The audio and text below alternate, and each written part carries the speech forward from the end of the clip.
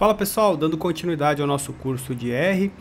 Bom, nessa videoaula nós vamos conhecer mais uma estrutura de dados que em geral vocês verão talvez a depender da área de atuação ou tipo de projeto que vocês estarão envolvidos.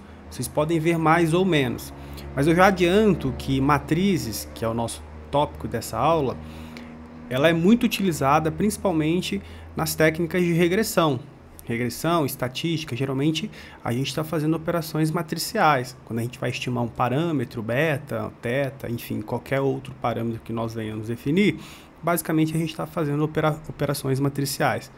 Tudo bem? Então nós vamos entender essa estrutura hoje, embora possa ser que você consiga fazer operações matriciais não utilizando necessariamente essa estrutura. Mas por que nós vamos aprender ela?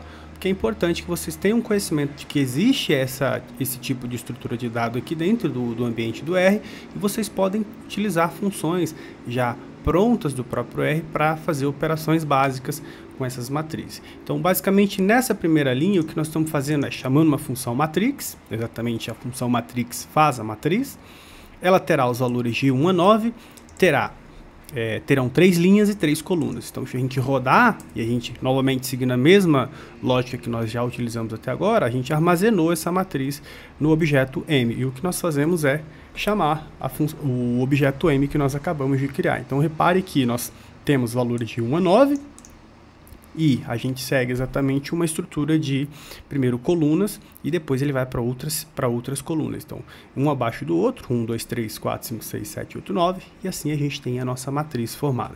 Se nós quisermos saber a dimensão dessa matriz, evidentemente que basta a gente observar, mas a gente pode chamar uma função, que é a função dim, que ela também pode ser utilizada para outras estruturas de dados, como data frame, ou, inclusive, se eu não estiver enganado, também listas. Então, a gente tem aqui que a nossa matriz é de 3x3.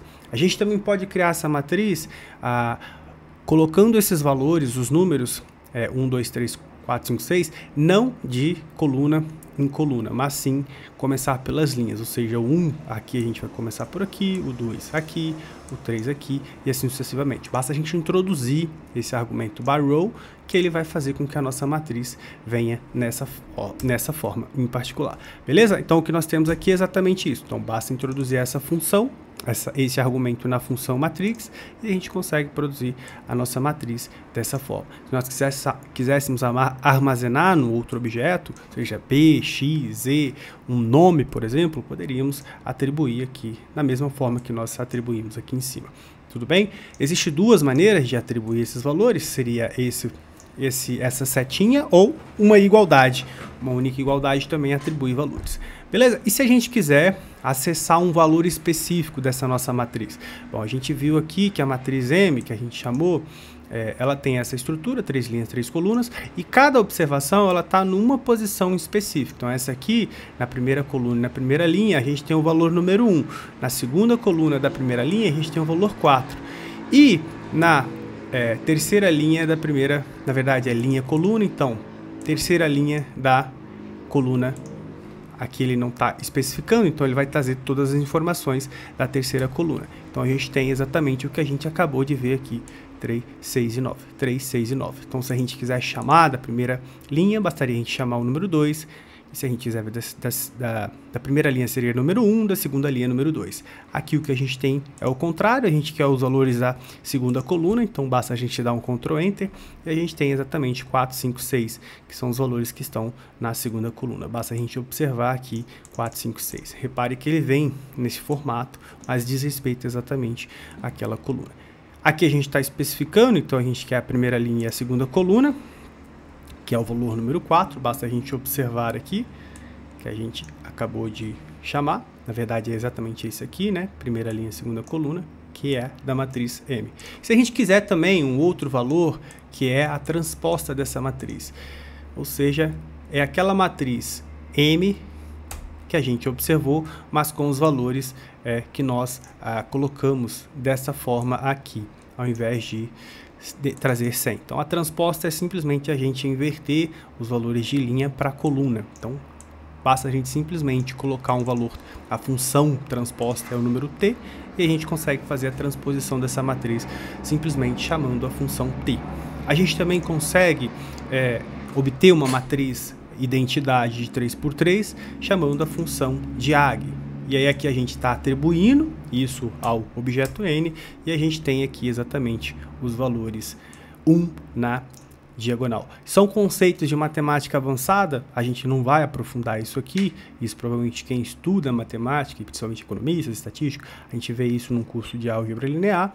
O objetivo aqui não é entrar num curso de álgebra linear, simplesmente mostrar que existem essas funções, vocês podem calcular uma matriz de identidade de uma matriz 3×3, e aí basta você inserir aqui o valor número 3 ou de uma matriz com outra estrutura que você consegue obter essa estrutura de dados. Isso aqui pode ser útil em algum momento em particular, quando você precisar utilizar algum cálculo específico. A gente em algum momento vai explorar isso, não nessa videoaula, mas em videoaulas futuras, beleza? A gente também pode multiplicar, uma vez que a gente tem essa matriz N, que é essa matriz com a diagonal 1 por 1, onde a gente tem os valores número 1 em todas na diagonal dessa matriz, a gente pode multiplicar esses valores por 2, e a gente observa que a gente multiplicaria 2 por cada observaçãozinha dessa matriz. A gente tem que a matriz passa agora a ser a diagonal não mais 1, mas sim número 2. E a gente também pode multiplicar essa nossa matriz identidade, que a gente armazenou no número no objeto n, pela nossa matriz m, que nós acabamos de chamar aqui. Então, repare que a gente tem essas duas matrizes, observem isso. E a gente pode multiplicar isso. Para quem também nunca viu álgebra linear, a gente tem basicamente essa operação. A gente multiplica todas as informações da linha pela coluna. Cada número desse aqui multiplicado pela coluna da matriz m pela coluna, as observações da linha m pelas observações da coluna n, e a gente vai obtendo os valores. E aí o resultado dessa multiplicação matricial é esse que a gente acaba de observar aqui, tá? Para quem não está fazendo ideia do que está acontecendo, é muito simples, uma operação matemática muito simples. Você multiplica uma observação, as observações da linha pelas observações da coluna, e aí você vai obter o valorzinho e depois você vai ter a outra matriz que vai sair no output. A gente pode depois explorar isso também. Mas sem muitas delongas, a gente vai agora para a matriz inversa de M. E aí aqui o que a gente faz é multiplicar primeiro, né, a matriz que a gente observou lá em cima, exatamente aqui, que nós fizemos a matriz identidade. Vamos armazenar essa informação no N2 e depois a gente tem um solve aqui, que nós estamos fazendo a inversa dessa matriz que a gente multiplicou aqui por 2.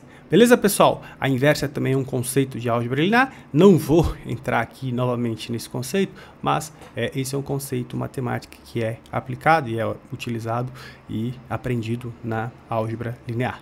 Mas é isso, a gente avança para um novo tópico já na próxima videoaula e até a próxima.